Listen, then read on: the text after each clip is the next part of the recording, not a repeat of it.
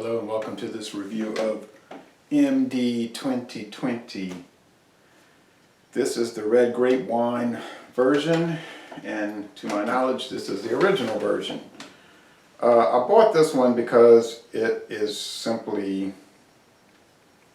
RedGrape Wine. It's not one of the flavored versions. They have to disclose if it's got natural colors or flavorings on it. Like you'll see some wines, like for instance the Carlo Rossi Sweet Red,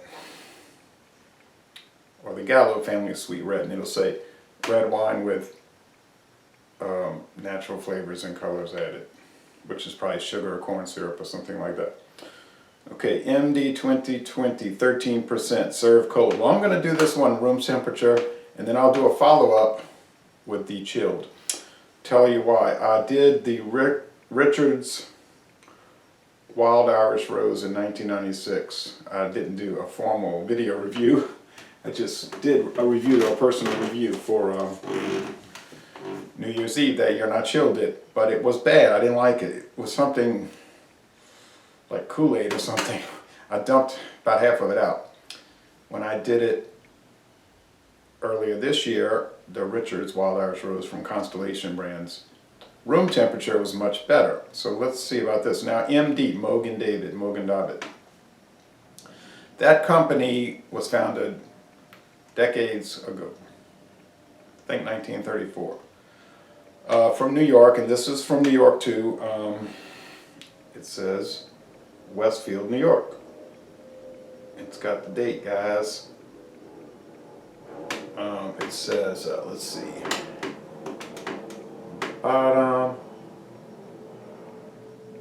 Let's see, there's a code. See if I can figure this code out.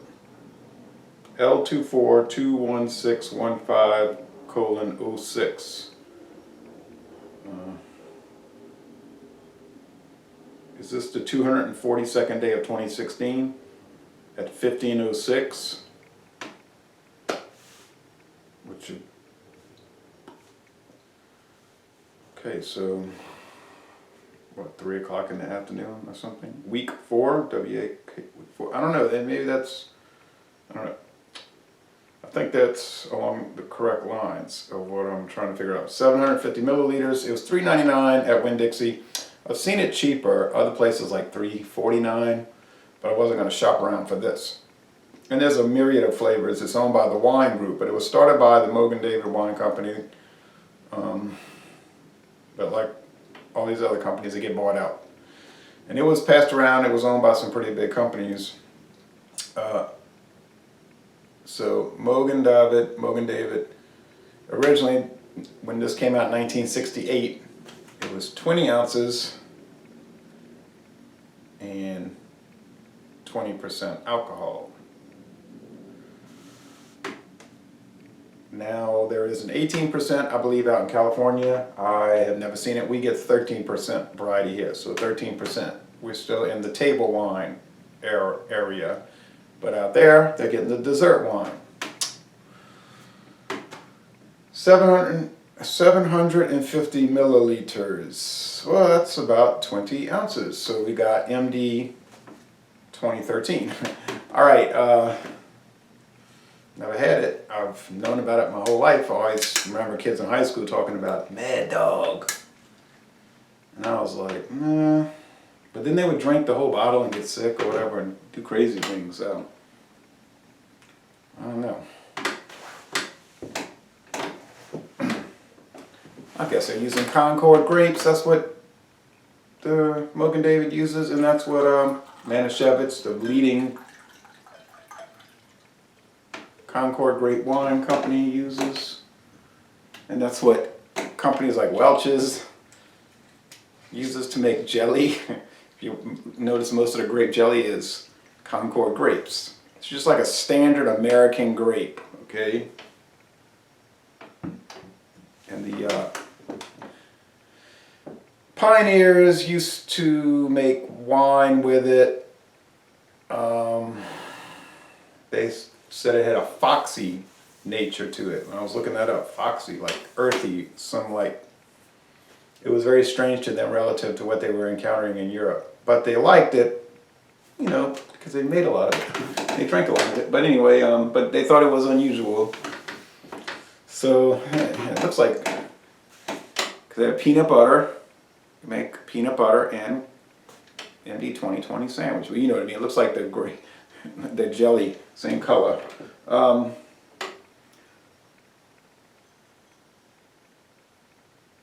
And there's different like sub varieties of Concord grapes apparently.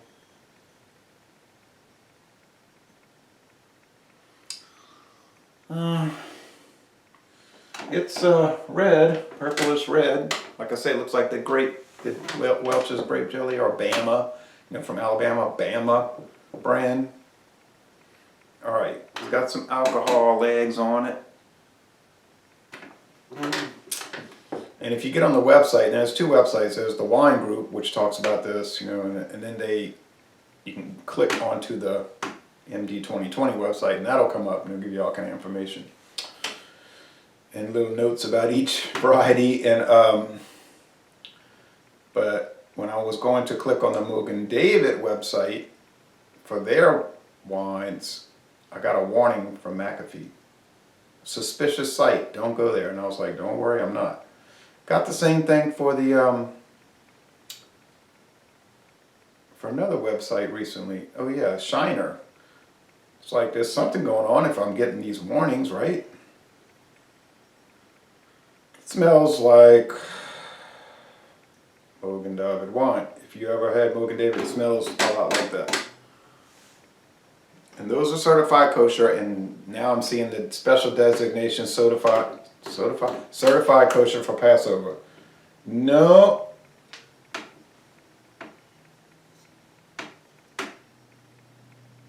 This one is not certified kosher.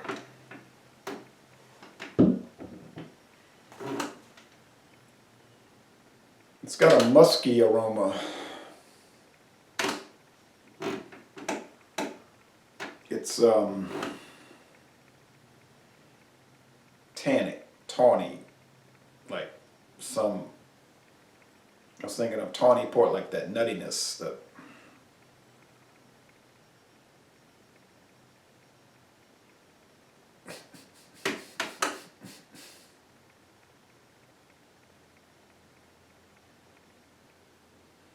almost like grimy, like an old gas station.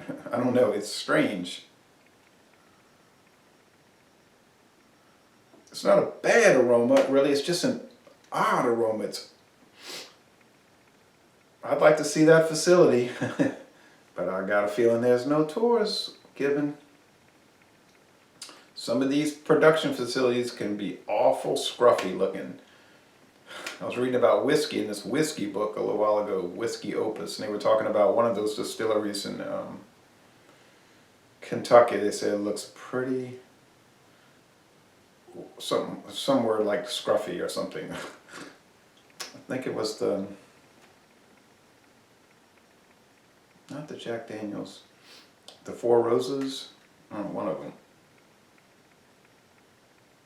Anyway, if you go to the Jack Daniels distillery, you're only going to go to the visitor's experience tour. It's not the real distillery so much. I think you can purchase tickets. I think there's one I would like to do, $17, and you go out to the real production area, the hard scrabble area. When you do the Budweiser or Brewmasters tour in Houston, they take you all down into the sort of like the guts of the place, and they don't try to make it look like a quaint little family, good old boy place. It's just like they're just saying this is a huge plant. It's more like a huge food, but it's food and beverage, but food product facility. And I'm thinking that's what this is. So, this is sort of like an urban legend type beer wine, I mean to say, so I was expecting something really offensive, but really it is not. It's similar to the Richards Wild Irish Rose, same alcohol by volume, same state, New York, same type grapes, Concord. Although they said they use vinifera and something else. Okay, anyway, you have to look at that video.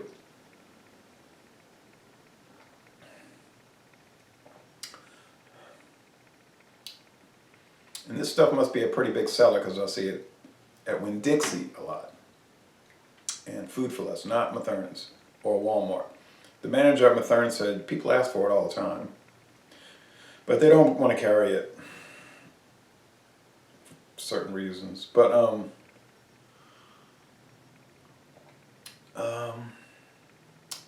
yeah, it's just like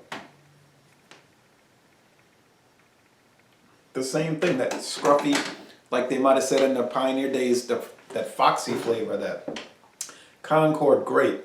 And see, it's not like a fine wine, so like a wine connoisseur is not going to like that kind of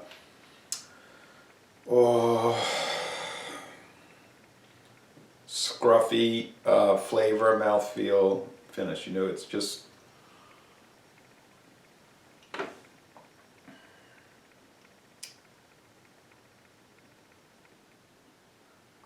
so red grapes and acrid, not, what am I saying, acrid, and acidity. You notice I'm not talking about sweetness, so it's not super sweet.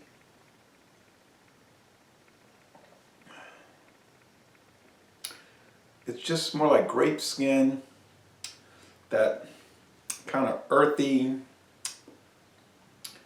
thing. The mouthfeel is medium, high, medium. The finish is not super smooth, but I've been reading commentary by reviewers and people that talk about drinks, and they say, you know, the smoothness is starting to get under their skin. Like, everything doesn't have to be smooth, because then it starts to be like boring.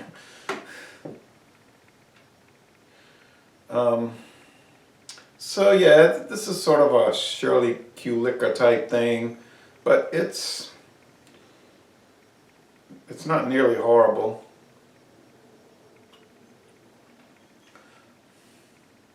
It's not the cheapest one either. You can get the, like I said, the Carlo Rossi. Like I bought the Carlo Rossi Burgundy, the 4,000 milliliter. This is $7.50. The 4,000 milliliter, it was $13.98. That's much cheaper per milliliter than this. And that one has some interesting, that one has a much drier and even more grape skin and somewhat rougher taste than this, but it's a little better taste, I guess. Yeah, and it's a little, it's something, it's something to drink. It's got a lot of like thinking parts to it. This one does too, so I'm gonna get a second little pour on this and close it out.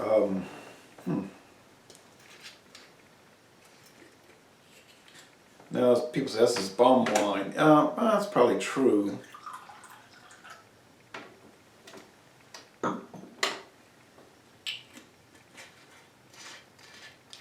And they're not gonna, you know, and like somebody was saying, they would come in every day and they would buy the same ones, and it was like, why wouldn't they buy the big jug and it would be so much cheaper per ounce?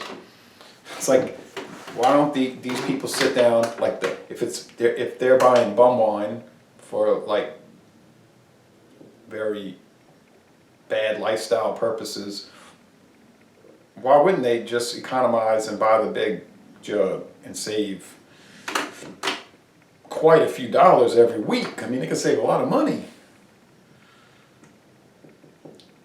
But maybe the big jug doesn't fit in their pocket or something, I don't know. I just wonder about that, you know.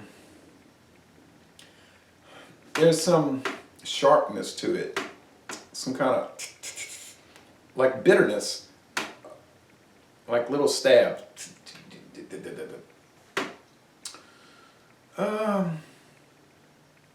See, I think if you had it chilled, it would mute a lot of those flavors, which they might figure the people that are buying this aren't going to want those complexities. They're just going to want the straight booze or the sweetness or whatever, and just try to. But to me, that presented some unpleasantries. And as I'm drinking it relatively warm, you know, it's around 60 degrees and now 62. It seems to be much better than when I'm thinking it's going to be chilled. I'll do a chilled version later, but I'm expecting it not to be so good in that presentation or in that format. In the room temperature format, hey, it's okay. Would I buy it again? No, I wouldn't buy it again because I'm always, jumping from brand to brand. I never buy hardly anything again. I just go doing the long march through the alcohol beverage brands. But and then plus I wouldn't buy it again because I could get something similar to this, a red, semi-sweet red wine, like I just said, a Carlo Rossi 4,000 liter, 4,000 milliliter.